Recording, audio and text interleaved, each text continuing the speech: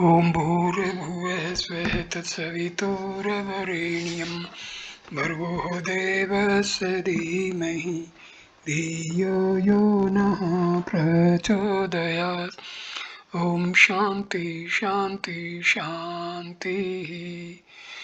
Namaste my dear friends, this is video number 8 on Viveka Chudamani of Adi Sankaracharya.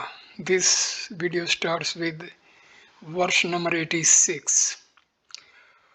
On the other hand, he who has won a victory over his own delusory misconceptions, moha, and is not tempted by the outer world, discovers in himself a steadiness of contemplation with which he can certainly learn to withdraw himself from the whirlpools of matter and come to experience the pure self. This is the condition of utter liberation from the entanglements and fascinations of one's matter vestige. Verse number 86. Moham jahi mahamritum Dedar sutadishu yam jitva muniyo yanti tad vishnu prampadam. Conquer this great infatuation for your body, wife, children, etc.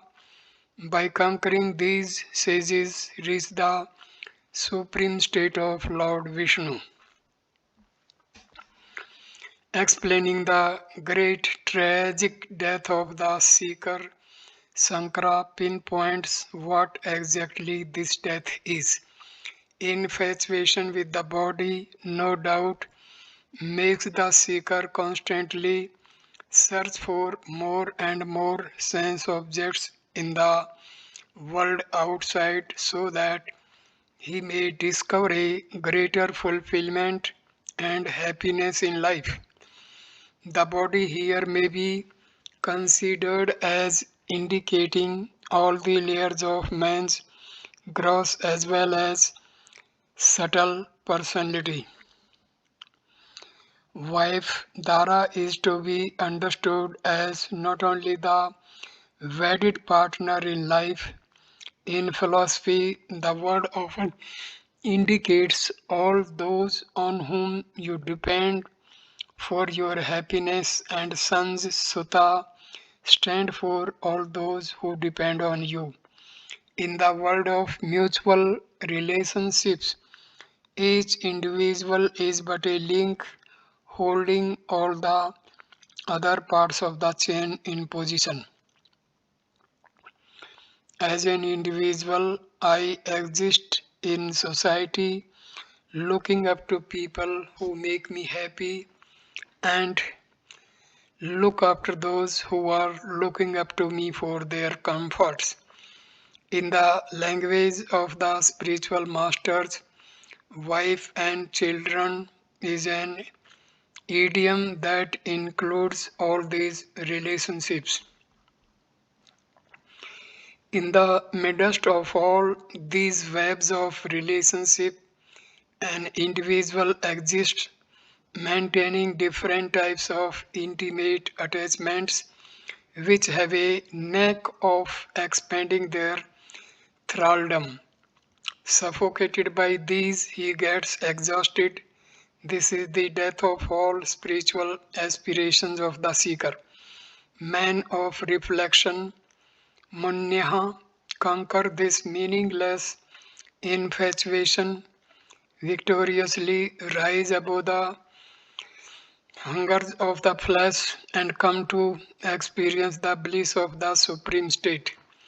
Here the word Vishnu, the long strident, stands for the all-pervading. A spiritual seeker has a healthy attitude towards things and he keeps a balanced relationship with everything around him in life. He loves all and he fulfills his duties towards them. But he never allows the world of relationships around to bind him and loot him of his freedom to grow. He keeps ample elbow room to wage war against his own lower nature. Such an individual, intelligently organizing his connections with the world, will certainly run fleet footed towards the goal to enter the state of freedom and experience supreme Vishnuhood. Gross body condemned. Verse number 87. तवम मास रुधिर स्नायु मेदो मज्जा सिथित संकुलम पूर्णम मूत्र पुरुषाभ्याम सथुलम निंदे idam vapuhu. This gross body is most offensive as it is composed of skin, flesh, blood, vessels, fat, marrow, and bones, and also it is ever filled with urine and fecal matter. In order to create the necessary cells of detachment from and in order to wean the mind from all its infatuation with the body, Sankara brings the seeker's scientific attention to focus completely on the composition of his own physical body. Infatuation can arise only through hasty, immature observations, but when the nature of the thing becomes fully evident through close scientific study, this infatuation must lift and right understanding down. For this purpose, the human physical body is fully dissected in its biological composition in this verse. The body is made up of unholy things which by themselves cannot endanger any fascination in a thoughtful man. Sometimes it happens that the container may be ugly, yet the contents can enrich it. Even this is not the case for our physical body. A filthy container containing nothing but gallons of filth, it is this filthy packet that man hugs to himself, wanting to experience peace and happiness through it. When we realize the folly of loving a thing which is so abominable, our endless attachment and attraction for it will cease. In the following verse, the body is analyzed in more detail for the purpose of observing closely its contribution to the total experience of the individual. Stanza 88. पंचीकृतेभ्यो भूतेभ्यः सतुलेभ्यः पूर्वकर्मणा समुत्पन्नमिदं सथूलं भोगायतनमात्मनम् अवस्था जागरस्तस्य सथूलाधा अनुभवो यतः. Made up of the gross elements formed by the combination of the subtle elements and ordered by past actions, this gross body is the seat of experience for the self. The state in which it perceives gross objects is its waking condition. Anything gross must necessarily rise from a previous condition of subtle existence. The five gross elements that can be perceived by the sense organs must have risen from their previous condition of subtlety in which they were not perceivable. In this their nascent state, they are called tanmatras. The theory that explains how these five subtle elements from their nascent condition have grossified is called Panchikarna, as has already been explained. The five elements that have undergone this process are the very material with which all gross bodies are made. They are fashioned out according to the result of the actions done in the past by the indweller of a given body. The gross body so formed is the hutment of experiences, the temple of joy and sorrow. The indweller of the body experiences his joys and sorrows only through his physical body.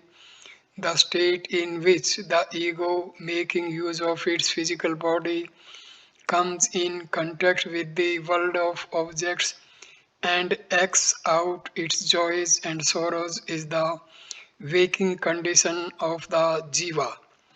Stanza number 89.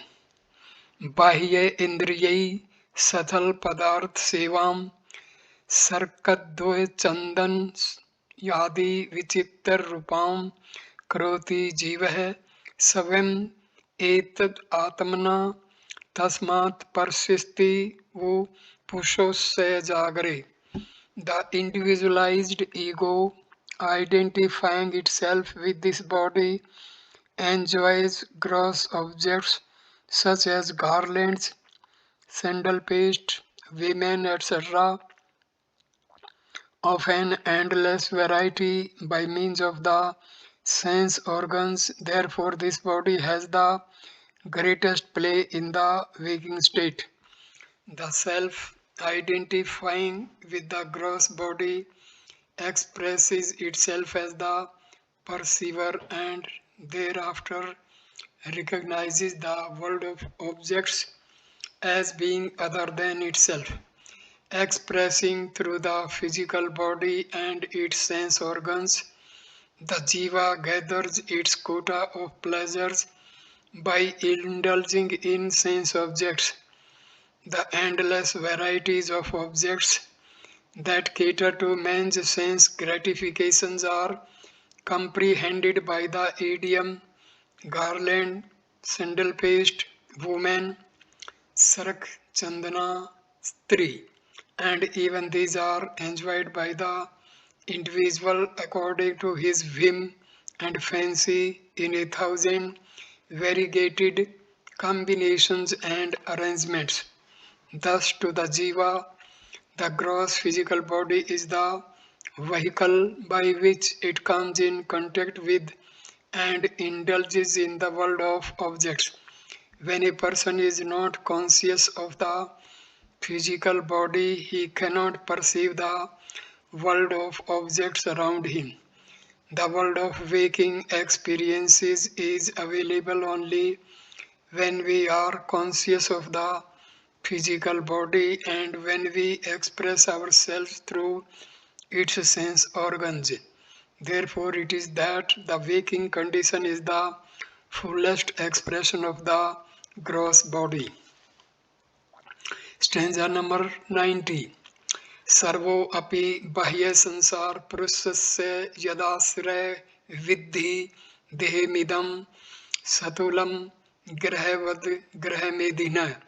Know this gross body to be the shelter for the individual to conduct all his dealings with the world outside, just as a house is to householder. Man dwells in his house and goes out daily into the world to strive for his livelihood. After earning his means of existence, he returns home to enjoy what he has earned and to rest a while. Rested and refreshed under the security of his house, he moves out again the following day full of energy to meet the challenges of a new day. In the same way, the ego moves out of the physical body to contact the sense objects and returns to it to savor its joys and sorrows. The joys or sorrows resulting from conductive or unconductive environments is not felt outside ourselves. They are always felt within, though indeed the objects are always outside. Therefore, the mind has to go out to contact the objects, but having contacted them, it returns to the individual's own heart to experience the consequent joy or sorrow. Thus, the physical body is not only an instrument for experiencing the world outside, but also it is a shelter for the experiencer to return to. Stanza 91. Sathulasya sambho jara marnani dharma Sathulladayo Bahuvidya Sisuta Avastha Varn Asram Dhaniyama Bahuda Maya Sayu Puja Pujao Man Bahu Man Mukha Visesaha. Birth, decay and death are the essential properties of the gross body. Fatness, etc., childhood, etc., are its different conditions. It has rules of caste and orders of life. It is subject to a variety of diseases, and it is this body that meets with different kinds of treatment, such as worship, dishonor, honor, etc.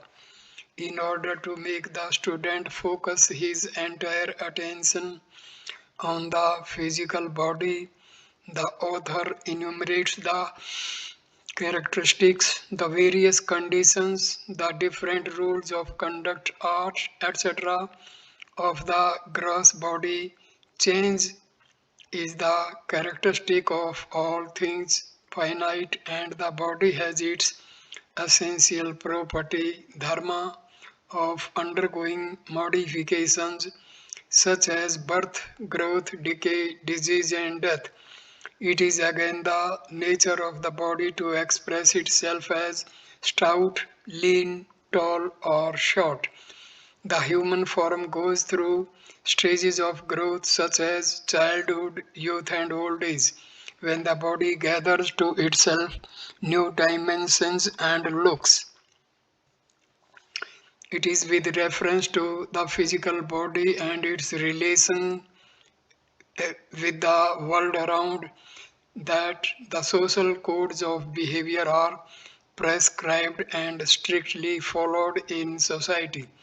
The various regulations of communal living and standards of behavior laid down for the various orders of life, asramas, are all prescribed for the discipline of the body, and they have a sanction only with reference to the embodied. The body is the seat of all diseases. To the body, indeed, is all worship, puja, offered all honor, mana, given all dishonor, apamana, shown. These are all indicative strokes which bring the student's mind to focus upon the gross physical body, which is the abode of the ego, the seat of all its experiences in the world. Organs of perception and action. Stanza number 92.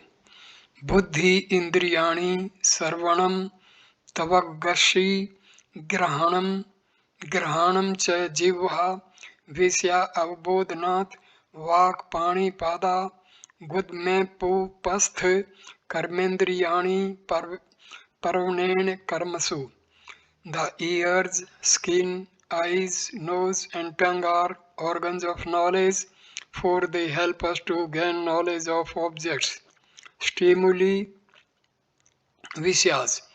The organ of speech, hands, legs, the anus, and the genital organ are the organs of action, since they have a tendency for work. Here the teacher undertakes to enumerate the different faculties of our personality that together constitute the subtle body. These faculties in their aggregate, express through the gross body, and establish individual contact with the world of objects around, from where he gains his own experiences of the world.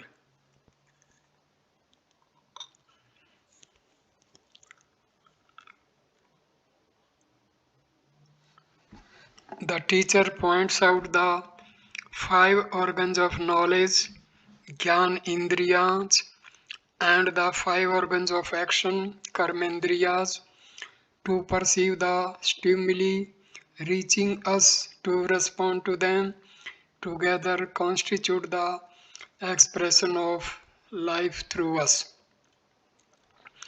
The inlets that allow the stimuli to reach us are called the organs of knowledge because they perceive the world around us.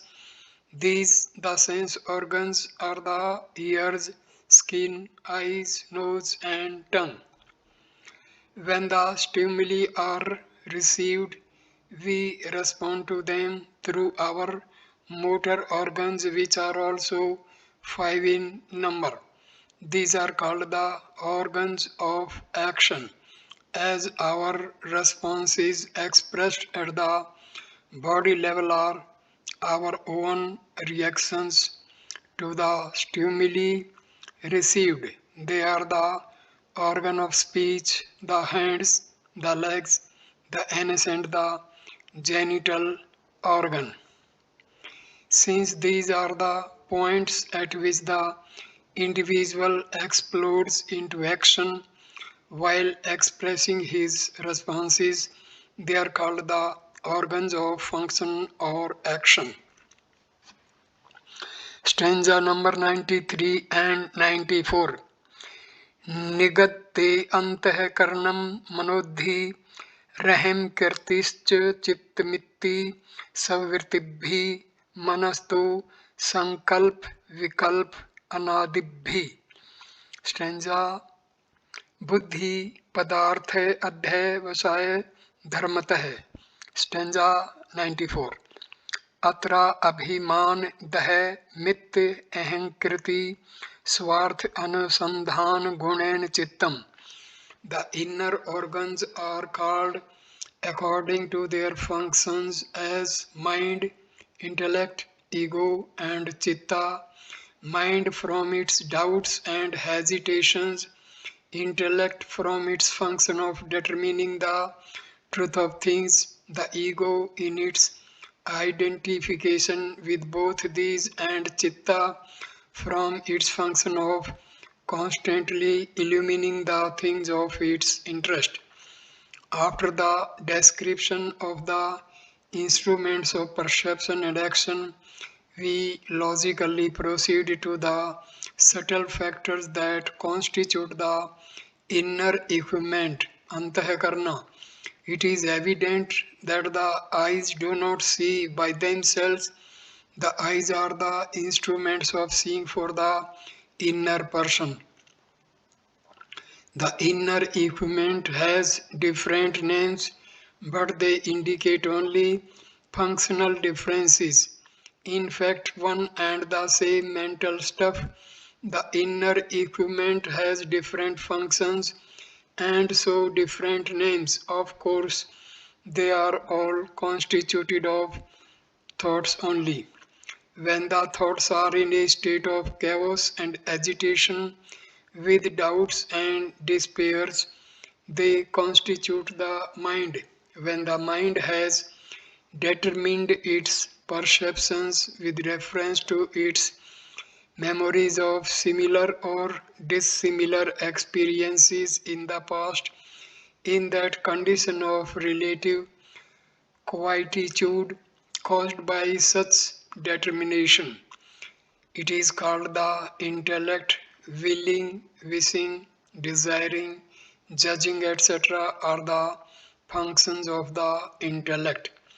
To have a doubt regarding any outer phenomenal factor and to come to a decision about it are the two equal yoke fellow in the process of intelligent living.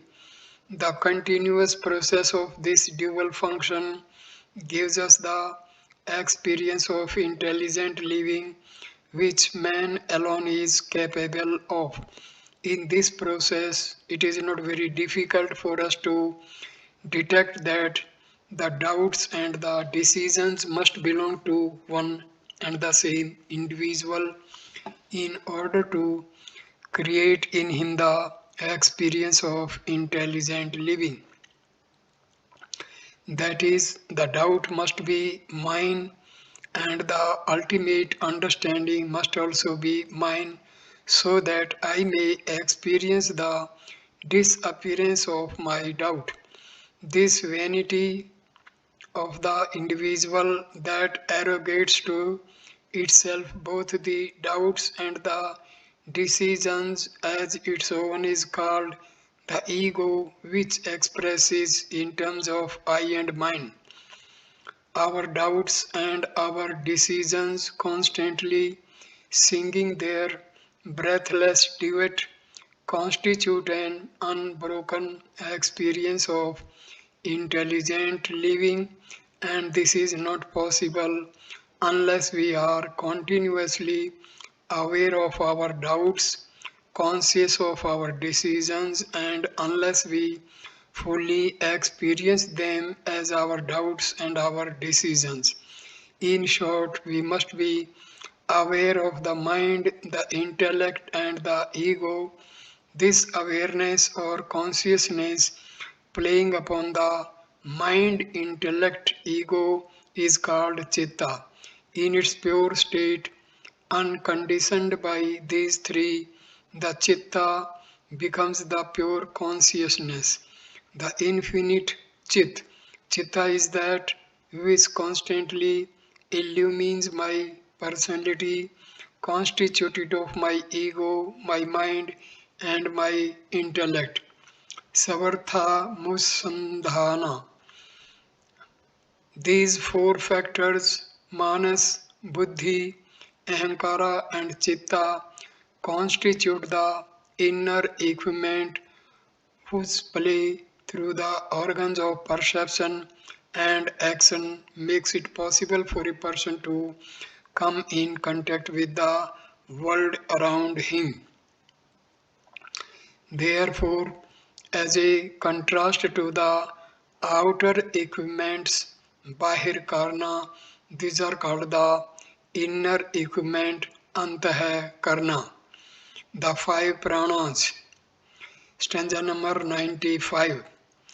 Prana apan vyano dan samana उदान समाना भवत्यसो प्राणः सौमेव विरति भेदा दिविकीर्ति भेदा सुवर्ण सलीला दिवत.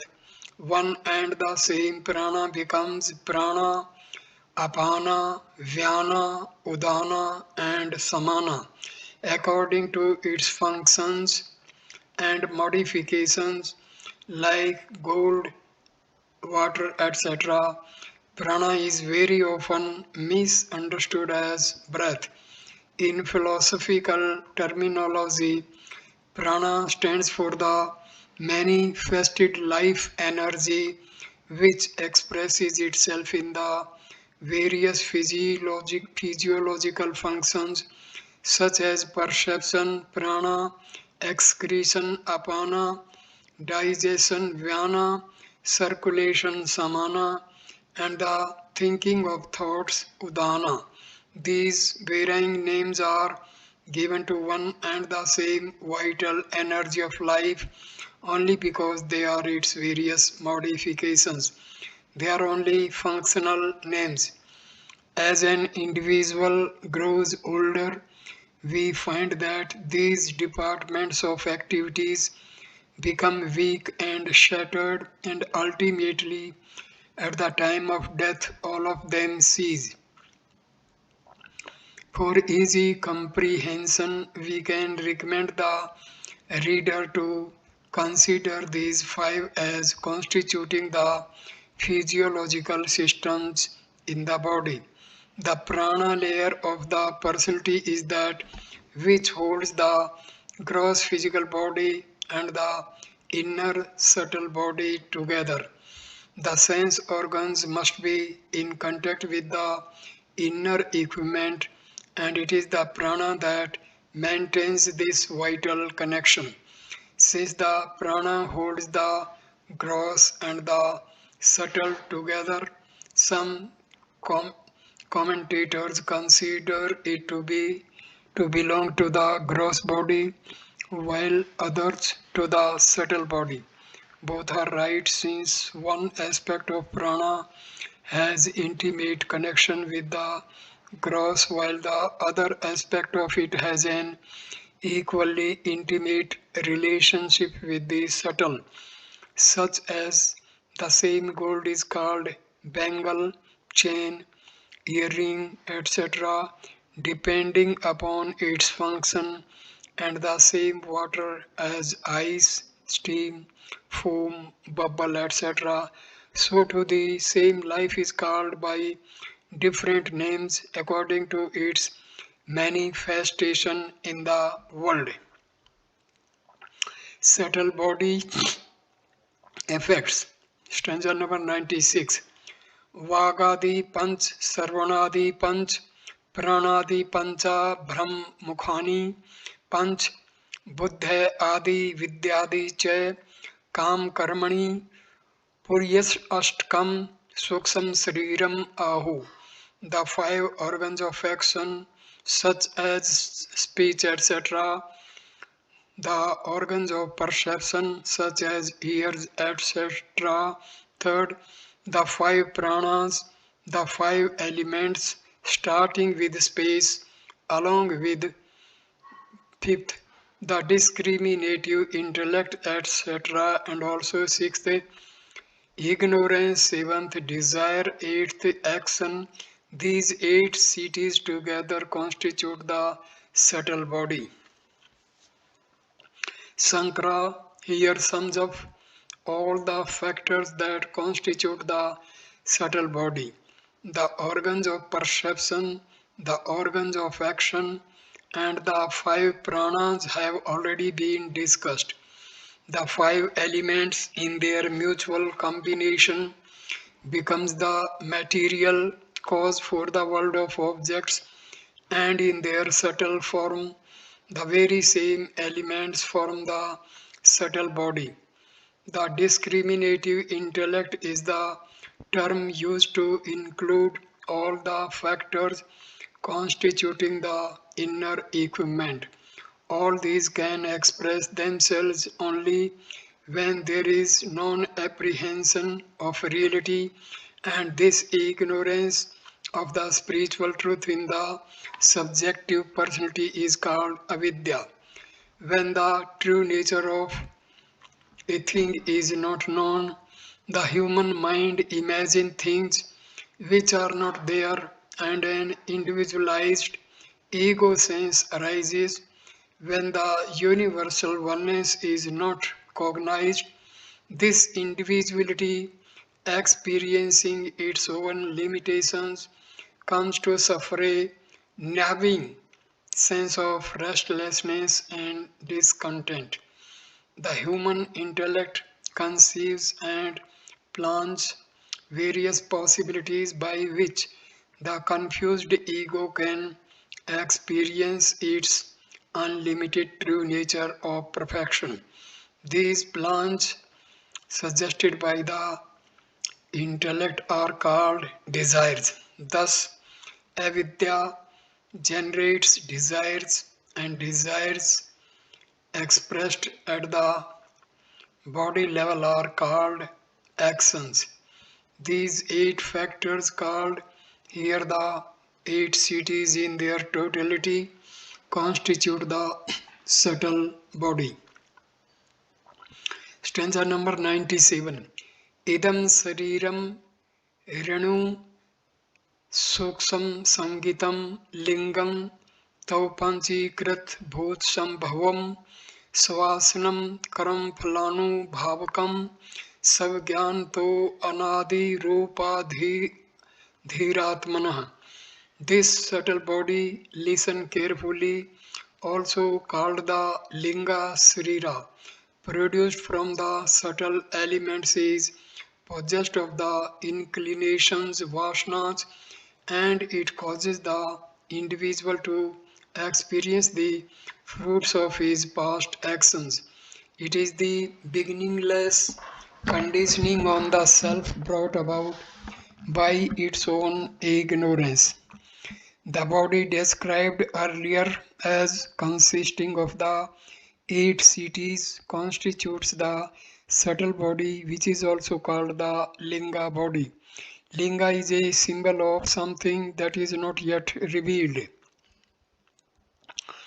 The subtle body contains the latent urges in an individual and is therefore called the Linga Srira.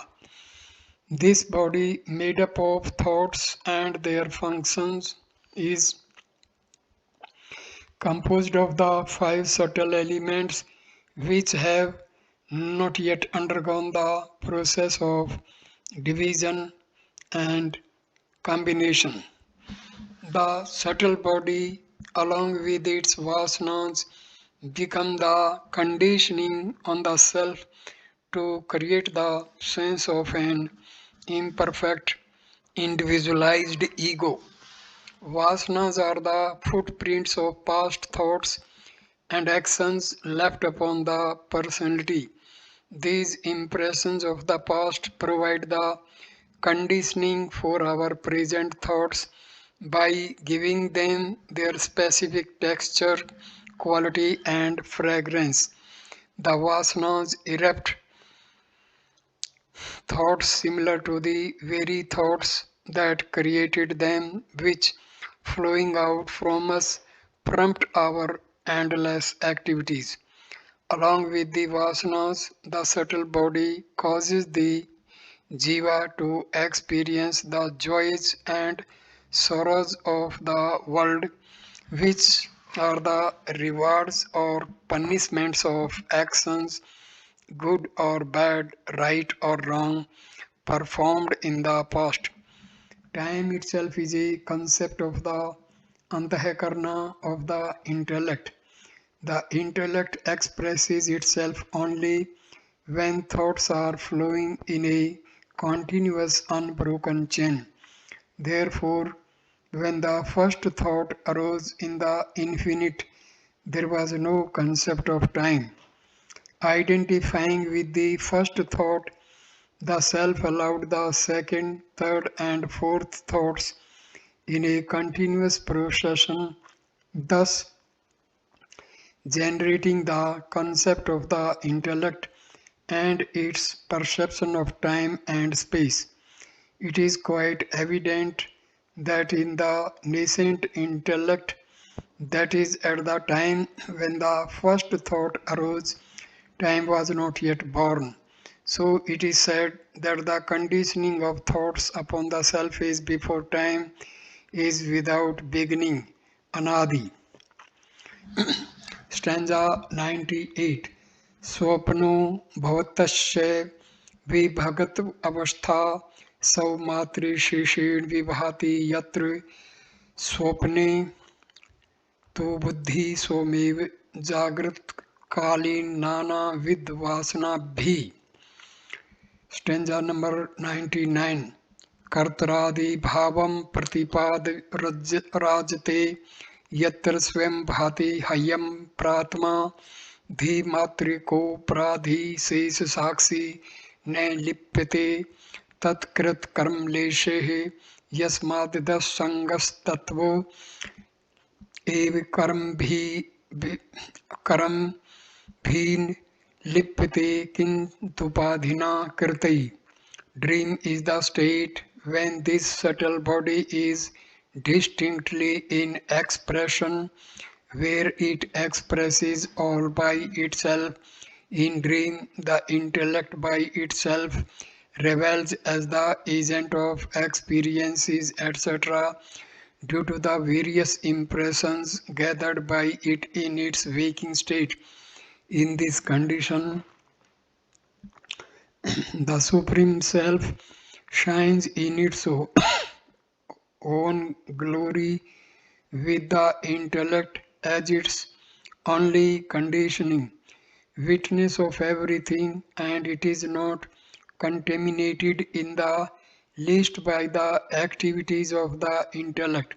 Since it is entirely unattached, it is not tainted by any action that its apparent conditioning may perform. Dream is the state of consciousness when the self functions exclusively through the subtle body.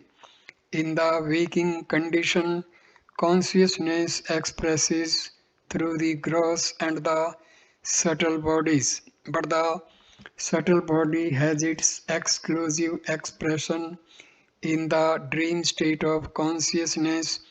That is, it is the body in which we are when we dream. Describing the dream, the Acharya says that it is the mind recognizing its own agitations at a time when the discriminating intellect is partially doped with fatigue and sleep.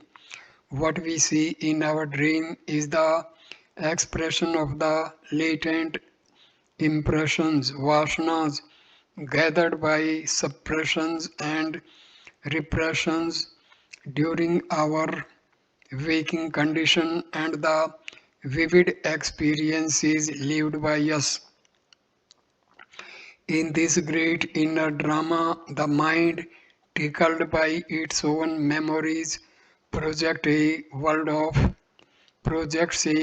of objects wherein the dreamer lives his joy and sorrows, and the self, the pure consciousness, stands apart, a mere witness, illumining everything.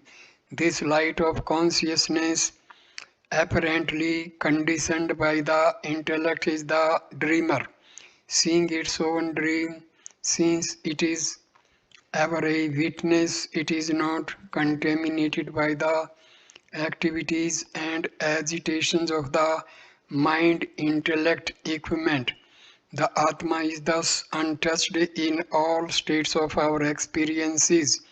In all the three, the waking, dream, and deep sleep conditions, the consciousness is an unattached witness of all that is happening within and without us.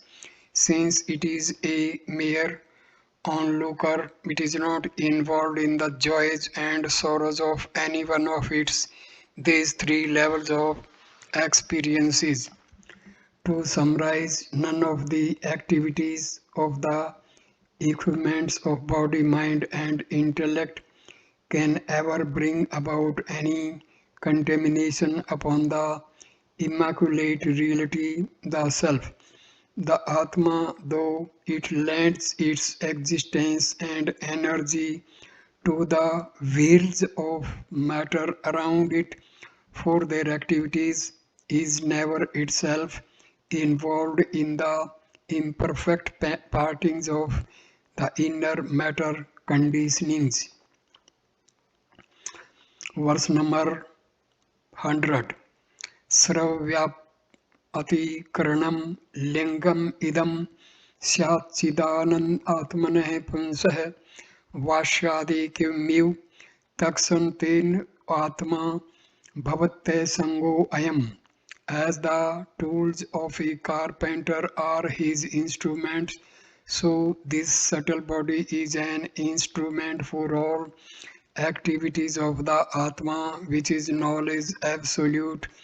This Atma therefore is perfectly unattached.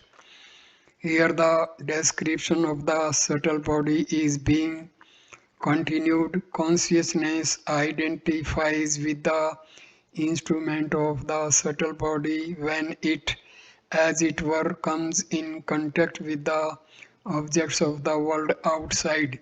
The ego gathers to itself all its daily experiences of joy and sorrow. The mind intellect equipment has no capacity all by itself to contact the world outside, since it It is inert in itself. Only when presided over by the life principle, the consciousness, does it function in the manifested world. The mind and intellect, which constitute the subtle body, can be compared with the instruments of a carpenter, the chisel, pliers, hammer, etc. These instruments have no capacity to do any work unless the carpenter uses them. But the carpenter himself is not an instrument. Similarly, the consciousness is something other than its instruments, the mind and the intellect. Again, the wear and tear caused by their use affect the instruments only and not the carpenter. Similarly, all the activities of perceiving, feeling and thinking belong to the subtle body and not to the Atma, the self. The self has neither enjoyments nor activities. Stanza number 101. Andhatva, mandatva, patutva, dharma, sogunai, avgunai, vasadi, chaksusah, badhirya, mukhatva, mukhastva, thev, shrutadi, dharmane tu vittur atmanah. Blindness, weakness, or keenness of the eye are conditions merely due to its defect or fitness. So too, deafness, dumbness, etc. belong to the ear, etc. These attributes can never belong to the Atma, the all-knowing principle, the consciousness. The gross imperfections of the organs belong to the respective parts of the gross body. The Atma, the self, is not involved in the imperfections because it is immaculate and absolute in itself. If an instrument is defective, one cannot use it efficiently, but the defect belongs to the instrument and not to the man. If the eye is defective, he cannot see clearly. If it is keen, he can see even minute things. Similarly, if the ear is deaf, one cannot hear anything. If a man be dumb, he cannot talk. These are conditions of the respective organs of the gross body in which the Atma, the self who is the knower of all these imperfections dwells. The Atma is perfect everywhere and is the knower of everything. The Atma is behind the eye, ear, tongue, etc. as the awareness that illumines all the conditions of these instruments. It is present at all times without being affected by any of the things it illumines. So far, the construction of the gross subtle body and their dharmas have been discussed. Now the Acharya says that the conditions and arrangements of your different sense organs belong to the gross and subtle bodies only. You are unaffected by them, thus art the self. The developments of the thought leads us to analyze and discriminate between the self and the not-self and to know their respective dharmas.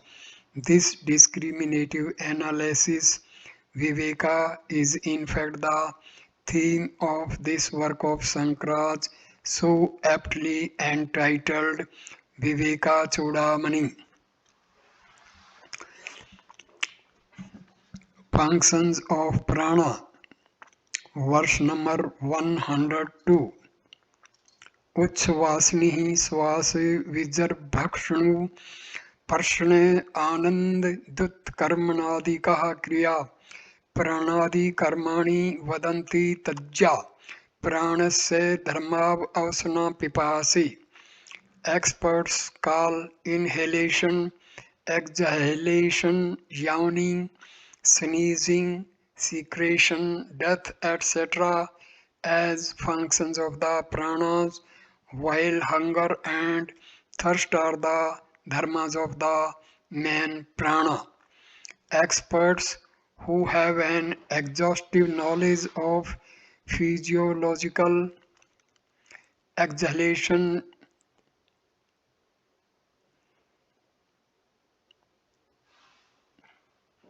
Experts who have an exhaustive knowledge of physiological activities in the anatomical structure say that inhalation, exhalation, yawning, sneezing, secretion, and death are functional properties of the pranas, meaning they are merely physiological functions. They are called the 10 upapranas, subsidiary pranas. So too hunger and thirst belong to the prana. You are the illuminator of all the conditions of the pranas. You say, I am conscious of my hunger and thirst. I am aware of the demands of my body. The pranas function in the body so that the anatomical structure may continue to exist and act. The Atma illumines their conditions, their demands, and their functions. Therefore, it is something other than the prana. It is ever present and can never be affected by the pranas. It is the changeless awareness. Ego discussed. Stanza number 103. Antahakaran metesu चक्षुर आदिषु वर्षमणि अहम इत्यादि भीमानेन तिष्ठद्भास तेजसः. The inner equipment has its seat of expression in the sense organs such as the eye, etc. Identifying with them, it exists clothed in just the reflection of the Atma.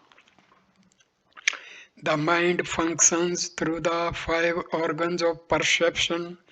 When the mind is controlled, the sense organs are controlled. The sense organs are the platforms upon which the mind functions, and they can only function when the mind enlivens them. When I say I am seeing, what exactly happens within me? The light of consciousness functioning in the mind is I. This mind, thrilled by the consciousness and functioning through the sense organs, become the seer. Therefore, the Atma is not itself the seer, nor the hearer, nor the smeller, nor the taster, nor the toucher. Only when it functions through the mind does it become the illuminator of what the senses are doing. For in the pure consciousness there are no objects at all. It is one without a second. It is just like the play of sunlight. Only when it is reflected upon an object is perceived. Pure light is not perceptible. Similarly, when the consciousness is reflected upon a thing, one becomes conscious of the thing. If a dark room is found to be illumined by a reflected beam of light from a bucket of water in the veranda, the illumination in the room will remain as long as the bucket of water remains in the veranda. When the reflecting medium is removed, the light in the room too must depart. If the reflecting medium is disturbed, the light in the room is also disturbed and the intensity of the illumination gets reduced. Thus, the water in the bucket is the source of light for the dark room. Similarly, when the mind is agitated, the light of intelligence in an individual becomes dull. When the mind is quiet, the intellect is bright and efficient. Quieter the mind, brighter the intellect. Hence, the self remaining the same, the light of intelligence in an individual is directly proportional to the quietude of the mind. The sun and its illumination remaining the same. The illumination in the dark room depends upon the stillness and clarity of the water in the bucket. It is not the self, the pure consciousness, which is functioning as I am, but it is its reflection, abhasha chaitanya, otherwise called the ego, which functions as I at all moments of the waking and dreaming states of our expression. वर्ष number 104 अहंकार स विज्ञेय कर्ता भोक्ता अभिमान्यम सत्वादि गुण योगेन चाव अस्था यस्मश्नुते. Know that it is the ego which, identifying with the body, becomes the doer or the experiencer, and in union with the gunas such as sattva, this ego assumes the three different states of waking, dreaming, and deep sleep. In each of one of us, the vanity of feeling that I am the doer, I am the enjoyer, that I am the seer, the hearer, and the smeller, that I am the feeler and the thinker, is called the individuality, the ego, jiva, the perceiver, feeler, thinker entity. He who arrogates actions to himself by saying, I am the doer, karta, and I am the enjoyer, bhokta, he is the experiencer of joy and sorrows, the little ego. This sense of individuality, when it identifies with the three gunas, sattva, rajas, and tamas, which are the three modes of the mind, comes to express itself in the three states of consciousness: waking, dream, and deep sleep. Thus, roughly, we may say the ego conditioned by sattva is the waker, conditioned by rajas is the dreamer, and conditioned by tamas is the deep sleeper. The same ego, according to the condition of the mind, experiences itself as the waker, the dreamer, and the deep sleeper. And in all these states, naturally it claims to be the doer and the experiencer. Stanza number 105. Vesya an manu anukulle sukhi dukhi viparye sukham dukkham cha tadram sada anandasya natmaneh. When the sense objects are conductive, the situation is happy. When they are non-conductive, it is miserable. Happiness and misery are therefore the dharmas of the ego and do not belong to the Atma, which is ever blissful.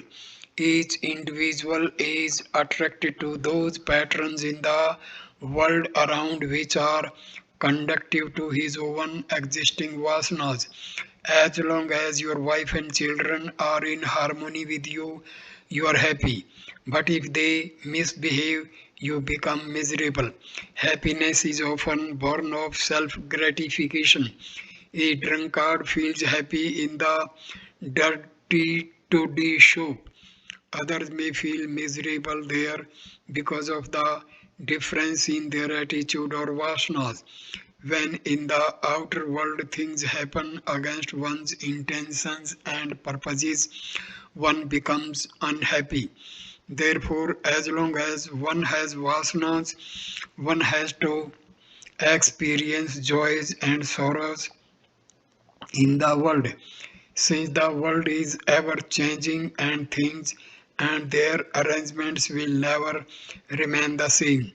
If the vasanas are ended, one is in harmony with whatever conditions are available outside. So it is wrong to say that happiness is in the outer world. It is not. Happiness is within and solely depends upon the mental condition of the experiencer.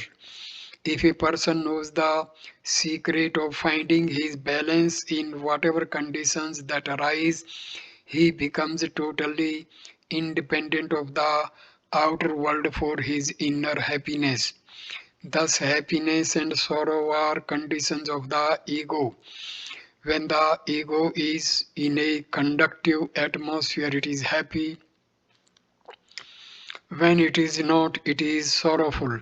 I am the illuminator of the joys and sorrows at all times, as I am not the ego. But when I, the self, function through my mind, I apparently appear as an ego. Abhasa matram. My reflection in the mirror depends upon the curvature of the reflecting surface. If it is concave, my reflection is short. If it is convex, it is long. And if it is plane, it may be normal. Natural shape and size. The reflected image in a pond is steady when the waters are undisturbed. When they are disturbed, the image becomes distorted. But I myself am unchanged. The shortness or the longness, the clarity or the crookedness are of the image, not mine at all. Similarly, happiness and sorrow do not belong to the Atma and the Self. The nature of the Self is ever blissful, Sadananda. So, happiness and sorrow belong to the reflection, the ego alone. Thus, when you identify with matter, the ego arises, and then you, as the ego, feel happy or unhappy. The spirit, the self, is ever blissful, joyous. Indeed, perfection is your real nature. But as an ego, you delude yourself that you are imperfect and unhappy. So I conclude video number 8 at this stage. Next video number 9 will start with verse number 106 of Viveka Chudamani of Adi Sankaracharya. Thank you for watching this video. Namaskar my dear friends. Thank you. Namaste.